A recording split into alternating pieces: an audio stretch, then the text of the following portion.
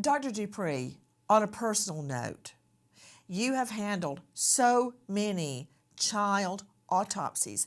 And when I look at this girl, I mean, Liz, can I see some pictures of Ella? Okay, look at her. Beautiful, perfectly straight teeth, gorgeous outfit, professional photo. The parents have invested, Dr. Dupree, all of their love, all of their hopes.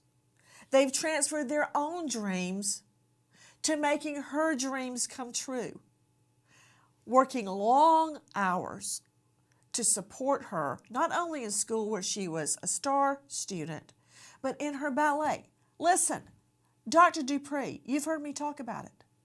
Lucy is a football manager, and John David plays multiple sports. They're both honor students. You know how hard that is for the parent to try to help them make their dreams come true?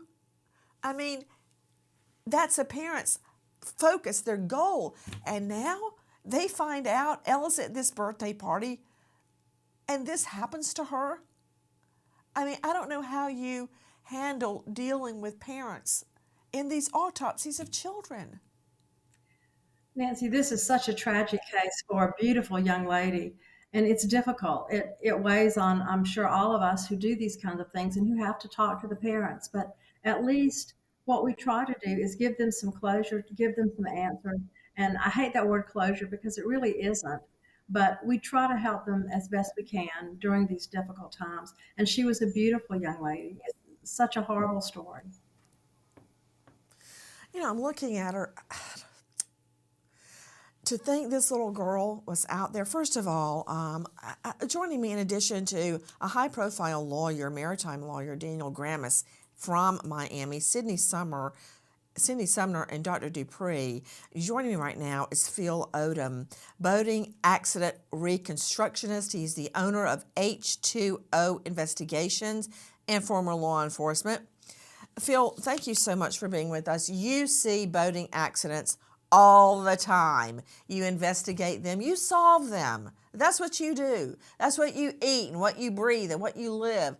How do you deal with parents like Ella's? I mean, I don't know how they put one foot in front of the other after finding out their little girl's out there swimming and waterboarding, and the next thing you know, there's literally blood in the water, and all you see is elbows and tail hole of the driver of the boat. He's gone. Compassion. That's the word. Only word I can think of is compassion. You have to deal with these folks. I have children. I can't imagine what it's like losing a child, but you have to take it in very small steps and try to give the family the answers the best that you can give them. You know, I'm trying to figure out exactly what happened, Phil Odom, because there is no way that this driver did not know what happened. Listen. The boat that hit Ella never slowed down, despite a legal requirement to stop, call law enforcement, and give aid. Maritime lawyers have contested claims the boat operator may not have realized they hit someone, saying anyone on board would have felt the hit. A witness saw a fishing boat pass the gray yacht, then heard screams and distress calls over the yacht's radio. They described the boat as a light blue center console with dark blue bottom paint and 3 or 4 outboard engines. Okay, I need to understand that description. It's not just a little fishing boat. This is a full-on yacht. What is that? With 3 outboard engines?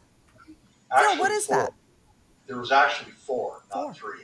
I couldn't see the horsepower, but your question is, how does that happen? It's called inattention. And by federal law, Rule 5, the operator of a vessel must maintain a proper lookout at all times. Only way that this could have happened was through inattention. He did not see her in the water when she was obligated